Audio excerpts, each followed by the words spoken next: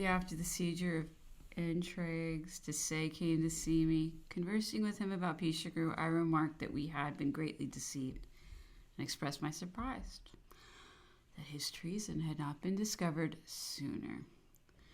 Why, said Desaix, we knew of it 3 months ago.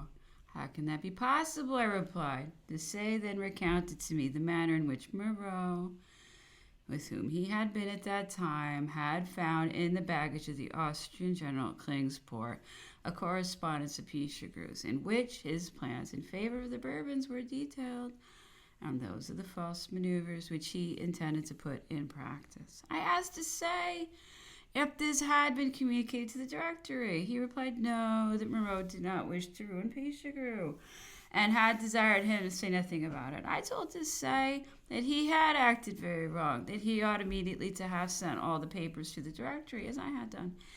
And in fact, it was tacitly conniving at the destruction of his native country.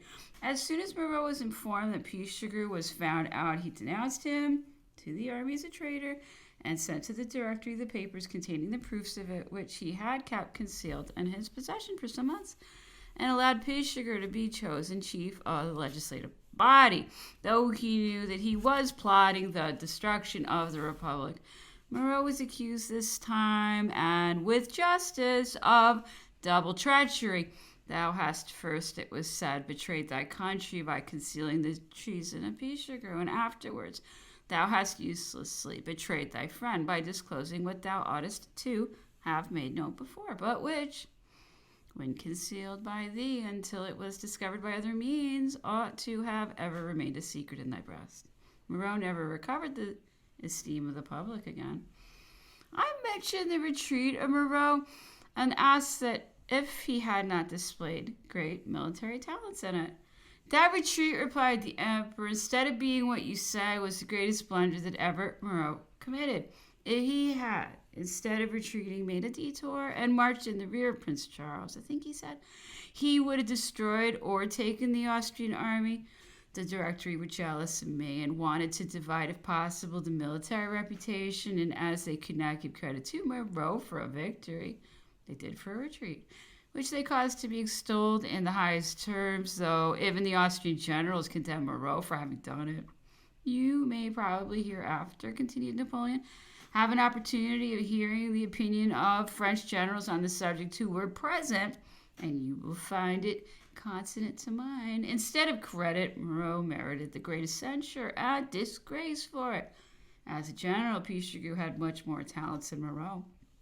Moreau ridiculed the idea of the formation of the Legion of Honor when he heard from someone that it was intended also to be given to those who had distinguished themselves in science and not to be confined to feat of arms alone. He replied, well, then, I shall apply for my cook to be made a commander of the order, as his talents are most superior in the science of cookery.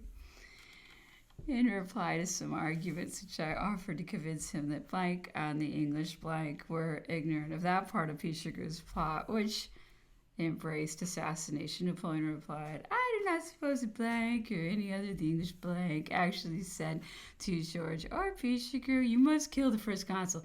But they well knew that such formed the chief and indeed the only hope of success, and yet knowing this furnished them with money and provided ships to land them in France, which to all intents and purposes rendered them accomplices, and if Blank had been tried by an English jury, he would have been condemned as such. Lord Blank took great pains to persuade the foreign courts that they were ignorant of the project of assassination, and wrote several letters in which he acknowledged that the English had landed men for the purpose of overturning the French government, but denied the other. However, he made a very lame business of it, and none of the continental governments gave any credit to his assertions. It was naturally condemned as, on the grounds of retaliation, none of the sovereigns or rulers were safe. It was at the time that I had it in contemplation to effect a descent in England. Your Blank did not want to get rid of Napoleon Bonaparte, but of the first consul. Fox had some conversations with me on the subject of the third nouveaux. He too, like you, denied that the blank were privy to the scheme of assassination, but faintly, after hearing what I had to say, and condemned the whole transaction. Indeed, his own measures were quite opposed to it. The conduct of the Emperor of Germany also formed a striking contrast. When I had possession of his capital, he, through religious motives, positively and with sincerity prohibited any attempt of the kind which might have been executed daily as I often walked about without suspicion. During the conversation, I mentioned that Bernadotte had been strongly suspected of being lukewarm in the cause of the Allies, if not of playing a double part, that he was called Charles Jean Charlatan and supposed to be likely to join him if any reverse happened to the Allies. Napoleon replied, probably they called him charlatan because he is a Gascon, little inclined to boasting.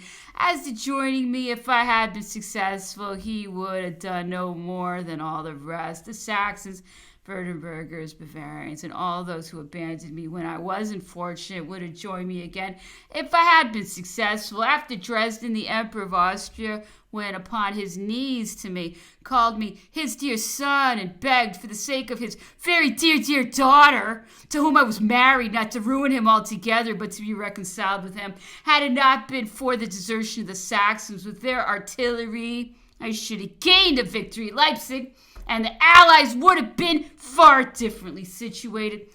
16th, Napoleon in his bedroom complained of a headache and had his feet immersed in a pail of hot water. At first he was rather melancholy, but subsequently became tolerably lively and communicative. He spoke about Egypt and asked me many questions, amongst others, whether a three-decker could enter the harbor of Alexandria without having been lightened. I replied that I thought it might, or if not, that it might be very easily lightened.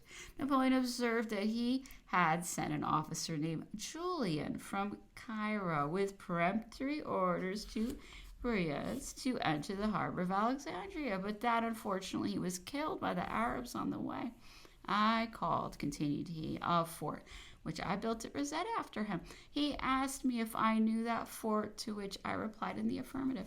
It was surprising, continued he, how Brias could have thought of engaging at anchor without having first fortified the island with 20 or 30 pieces of cannon, and having brought out a Venetian 64 and some frigates which he had in the fort of Alexandria.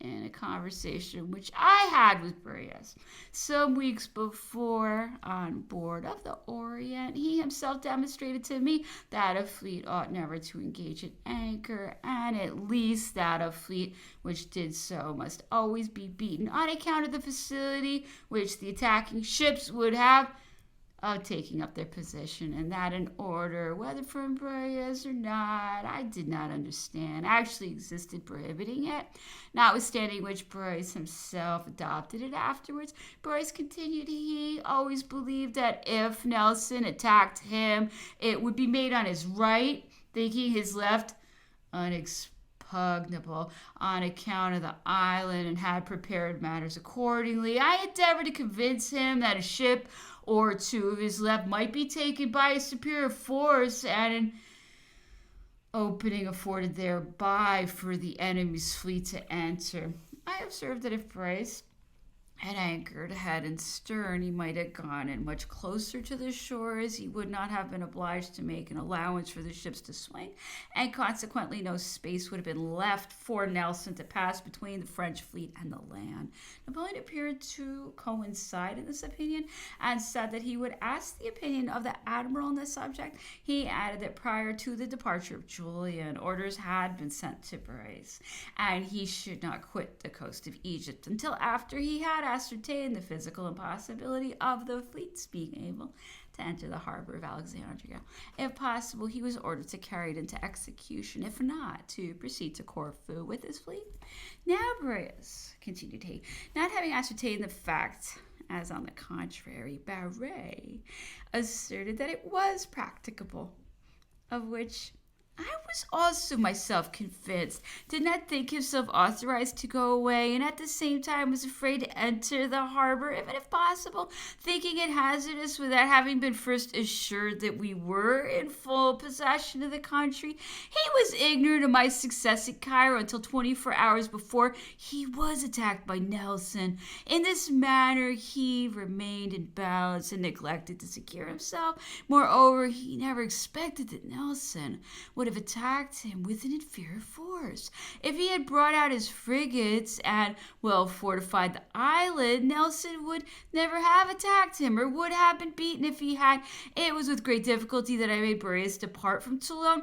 After sailing, he wanted to send 4 ships to attack Nelson, who was laying with 3 demasted vessels at Blank, but I would not allow it, as the success of the enterprise was of too much importance to allow the capture of 2 or 3 ships to be put in competition with it. Boreas afterwards wished to separate the fleet, which I would not permit. Boreas was a man of unquestionable talent, but he wanted that decisive resolution that enables a man to seize an opportunity presented by the moment, which I conceived to be the most essential quality in a general or admiral. Probably from want of experience, he had not that confidence in his own ability and the propriety of his plans, which rarely anything else can impart, unless nature forms a man of so peculiar a stamp as to be enabled to see and decide instantaneously. Nothing but experience can give it. I myself commanded an army at 22 years of age, but nature may be different from most others. If Nelson had met Boreas' fleet going to Egypt, I know not what might have happened. As I had placed 350 or 400 veterans in each line of battleships who were trained to the guns twice a day, and had given orders that each ship should engage one of yours, your vessels were small, and I believe not well manned, and I gave this order to prevent your obtaining any advantages by your superior skill in maneuvering.